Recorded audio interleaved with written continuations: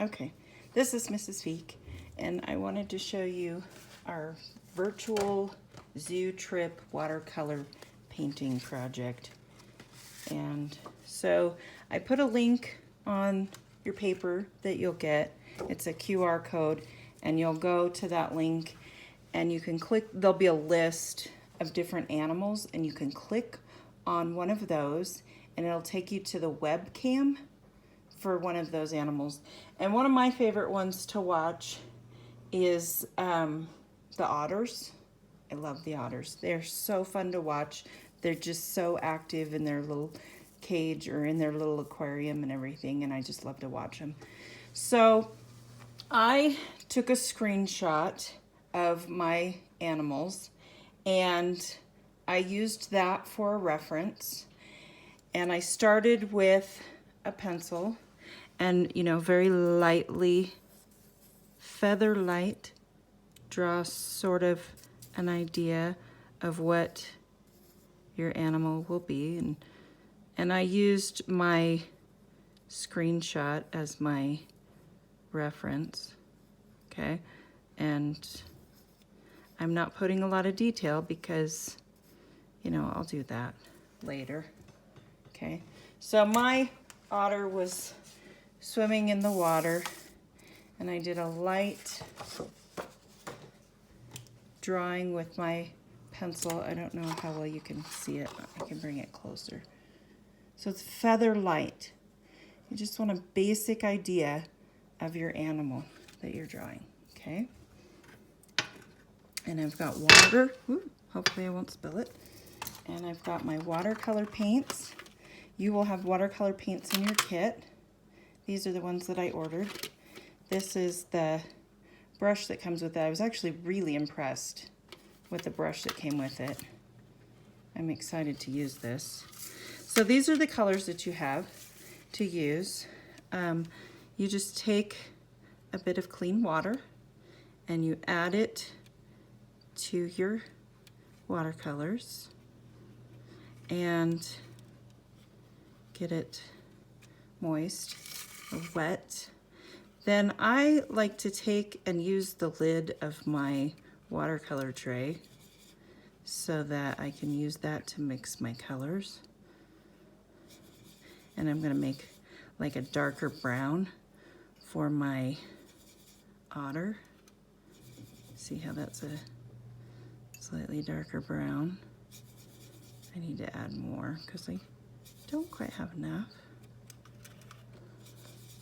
And I want you to try to mix some colors before you paint because it's a good thing to practice and it helps you to learn, you know, what makes up the different colors that you have. I also have a paper towel here that I'm using. So when I'm done with my brush, I rinse it and then wipe it on a paper towel. A paper towel is also good in case you make a mistake, and I'll show you that in a minute.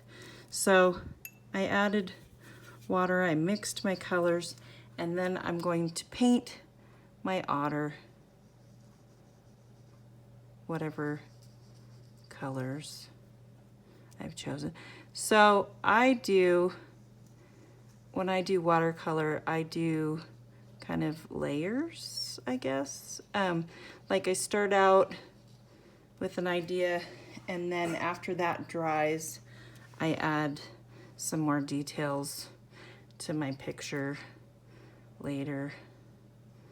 Or you can add them as you go, however you like. But some of the fun things about watercolor are you can go darker and you can go lighter with your paint. So there I've got pretty dark. But if I decide I want it lighter, which I kind of do for different parts, I add more water to my paint. See, I've added more water. And I guess it's difficult to see that, but there, now you can kind of see that. Oh, I drug across. Darn. Okay. So when you water it down a bit, you get like a lighter color or a lighter shade of the same color. So, for instance, my picture here with my otter, I have, like, part of him is under the water, and part of him is sticking out of the water. So I can put that same color, but just like a lighter shade in there. So if you mess up on a part and you're really quick, you can grab your paper towel and sort of wipe up your mess. You can add more water to it, kind of scrub it a little, and then take it off as well. So watercolor is very forgiving in that way. So that's one of the things I wanted to show you, was some basic ways of doing your watercolor. After your brown dries a bit, it's a good idea. You can come back and add other stuff. Like here's my otter's eyes and nose. Okay. Ooh, I think I would add more orange to my brown for like his face part.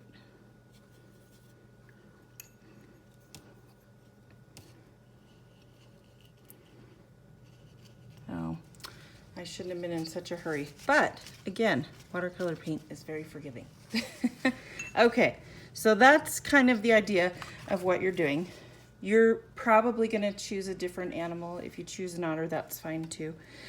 Here I had done this otter painting on another piece of paper, and I was going to add some details. So if you saved your Sharpie pen from your last project or from your Zentangle project, or you just have one at home, you may then use that to add details to your watercolor after it dries, of course, you know. And also use that to sign and date your picture, okay? I don't know what other details I should add to this. Here's some ripples in the water. We'll add some of those. Anyhow, so that's something you can do with your Sharpie if you so choose.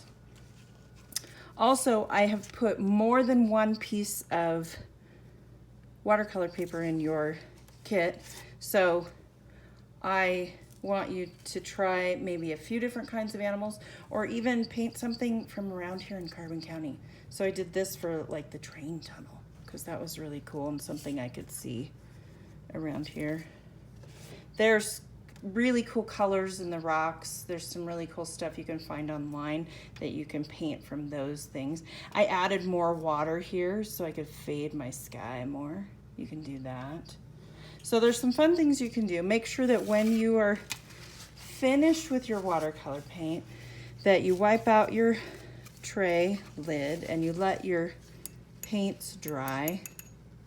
If you have something mixed up right there, definitely clean that up. Let your paints dry. Clean your brush. You'll want to keep your brush nice so that you can use it again sometime. And I hope that answered any questions you might have about this watercolor painting project. I would love to see how yours turn out, so feel free to take a picture and post them online and let me know how yours turn out. Thank you, and let me know if you have any questions.